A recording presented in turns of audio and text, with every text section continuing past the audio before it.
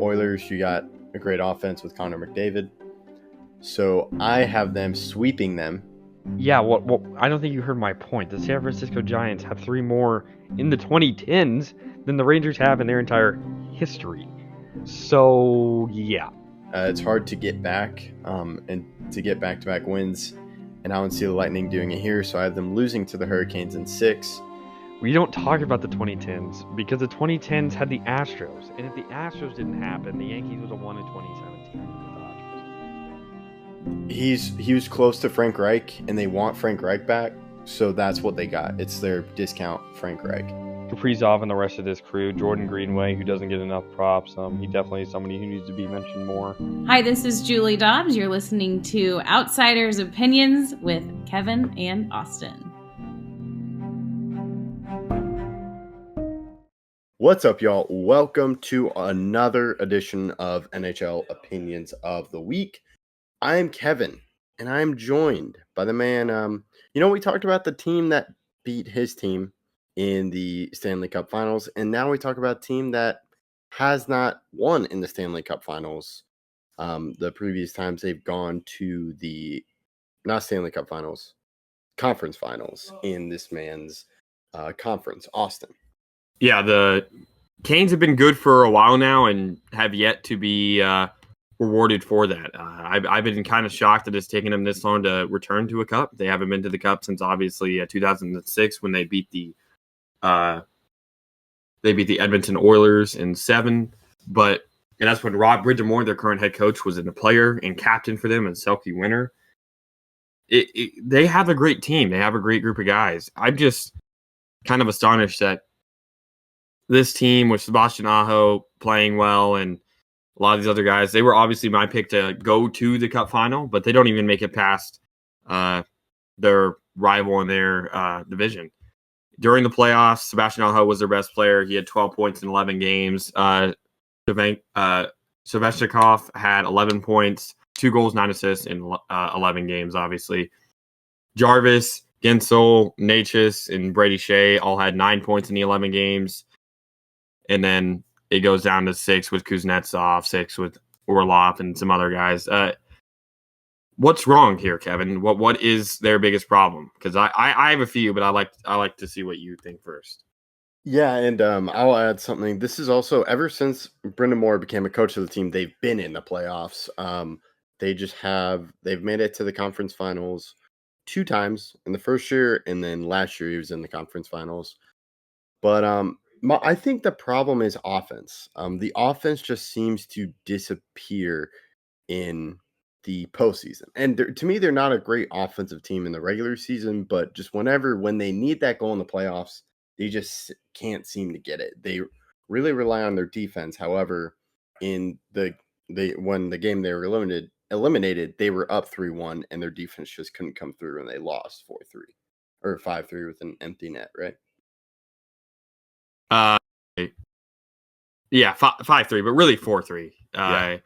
So that's true. I think offense is definitely a problem. They scored 18 goals in the series, which is actually, let me just see. Yeah, I think they actually outscored the Rangers in this series. But the problem is that they didn't score when it really. Oh, no. They scored 1 less goal. Yeah, because Frederik Andersen gave up 16 goals during the series, but they obviously played Kochetkov as well, and he gave up 3 in his 1 game. The problem was goaltending. They had an .878 save percentage in the 6 games. Frederik Andersen was poor during the series, while Igor Shesterkin was amazing with a 92% save percentage, 91.9 technically. But just an amazing series by Shesterkin. Chris Kreider obviously had 3 goals in Game 6 for his first playoff hat trick. Congrats to him, and congrats to Rangers for winning this series. Obviously, as well, 2 of those games went to OT, so you got to think the Rangers lost. They were 2 games away from winning the series. Those 2 games were Game 2 and Game 3 when they lost in OT. Obviously, Game 6, they were also up 3-1 in the 3rd period. It's just a brutal loss. Offense is definitely a problem, but when you only score 1 less goal in the series, because both teams had 1 empty net goal, So really, they had 19 goals versus 20 goals for the Rangers. That's not really the difference. The difference wasn't the offense, in my opinion, even though their offense could definitely be better. The difference was goaltending and defense. The shot percentage for the Rangers was 12.7%, which is significantly higher than the 8.5% than the Carolina Hurricanes. The Hurricanes were getting shots. They hit 224 shots, Kevin, to the 157. 224 to 157 is the shot difference in the series. But the team with 157, they won the series. So I think that points to a clear disadvantage that the Hurricanes had in the goaltending department. Shesterkin, again, amazing. One of the best goalies in the league, if not the best.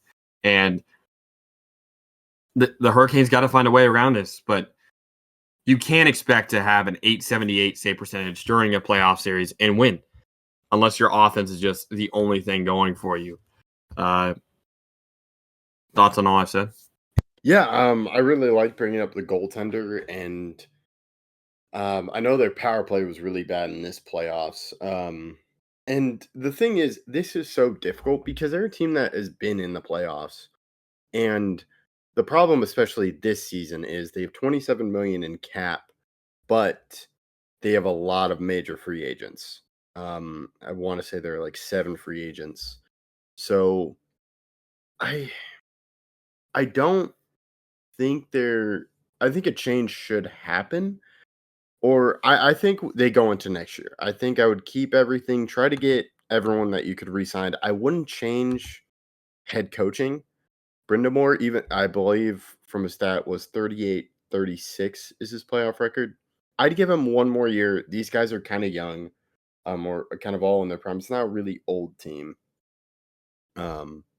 So that's kind of my view, except this is going to be a pivotal year because I believe when they were in the Western Conference Finals last year, they were swept. And that's concerning to me. And I also think they didn't win a game in 2018-19. 18-19, yeah, is when they got swept in the conference final. I think they got swept last year too, right? Yes, in the conference final against the Panthers. So that's a little bit concerning to me.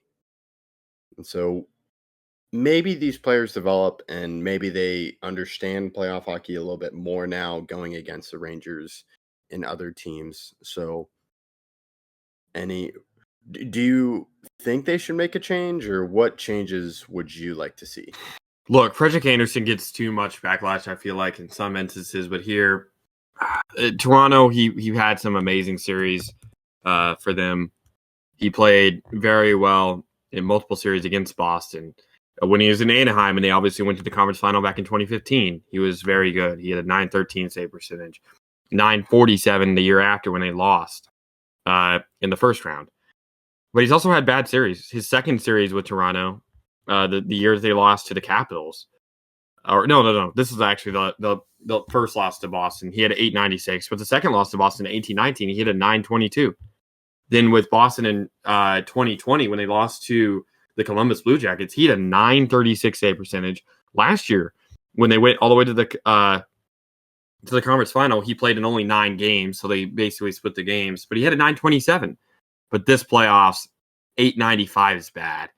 It's the worst of his career in this saves percentage department for a playoff run, right behind the 896 he had back in 17-18. But I don't know if you need to change it. Well, like I said, you can't win a series like this unless your offense is really, really, really good. And I hate telling teams that don't even get to the conference final, don't even get to the final, run it back. But I don't know. I don't know what changes they need to make. They're going to have to do some real soul searching and just gut it out because they're a great team. But obviously, they don't have what it takes at the moment to win a title. Yeah, and it's really difficult to figure this out because they all have good players. They've been in the playoffs, and they have 9 players that are slated to become unrestricted free agents.